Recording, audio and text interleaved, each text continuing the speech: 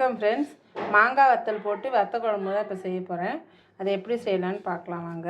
அதுக்கு தக்காளி 2 தக்காளி கட் பண்ணி வச்சுருக்கேன். கருவேப்பிலை தாளிக்கிறதுக்கு, கொஞ்சம் கொத்தமல்லி, பூண்டு, சின்ன வெங்காயம், அப்புறம் மாங்காய் வத்தல் கொஞ்சம் ஊற வச்சு சுடுதண்ணியில் போட்டு எடுத்து வச்சுருக்கேன். தேவையான அளவு புளி ஊற வச்சு வச்சுருக்கேன். இதை எப்படி செய்யலான்னு பார்க்கலாம் வாங்க. செடி போட்டேங்க. நான் நல்லெண்ணெய் ஊற்றிருக்கேன். நல்லெண்ணெய் காஞ்சதும் கடுகு போட்டிருக்கலாம். கடுகு நல்லா பொடியணும், நல்லா படபடன்னு வெடிக்கணும். வெடித்ததுக்கப்புறம் வெந்தயத்தை போடலாம்.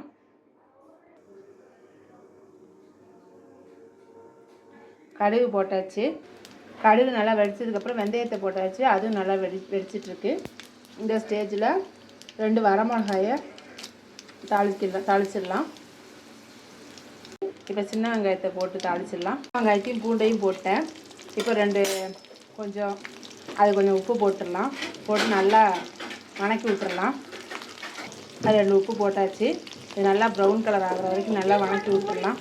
எண்ணெய் பிரிஞ்சு வந்துருச்சு. இந்த ஸ்டேஜில் தக்காளியை சேர்த்துடலாம். தக்காளியும் சேர்த்து நல்லா கலந்து விட்டுடலாம்.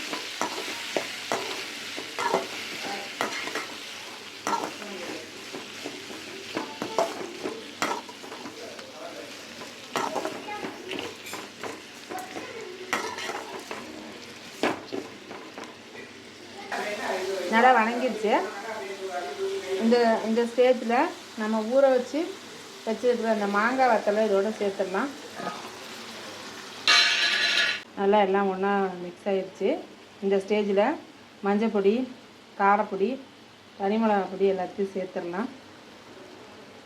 மஞ்சள் பொடி போட்டுடலாம்.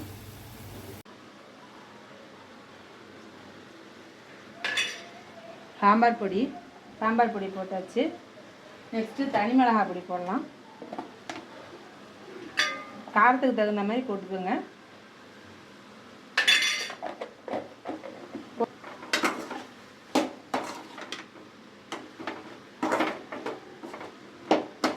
கொஞ்சம் உப்பு போட்டுக்கலாம்.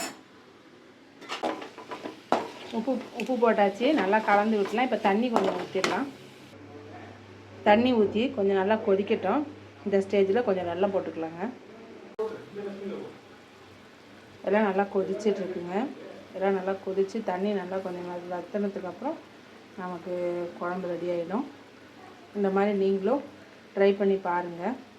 வத்த குழம்பு ட்ரை பண்ணி பார்த்துட்டு கமெண்ட் பாக்ஸில் கமெண்ட் பண்ணுங்கள், லைக் பண்ணுங்கள், ஷேர் பண்ணுங்கள், மறக்காமல் சப்ஸ்கிரைப் பண்ணுங்கள். Thank you friends. தேங்க்யூ ஃபார் வாட்சிங்.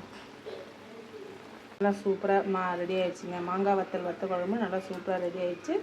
இந்த மாதிரி நீங்களும் ட்ரை பண்ணி பாருங்கள்.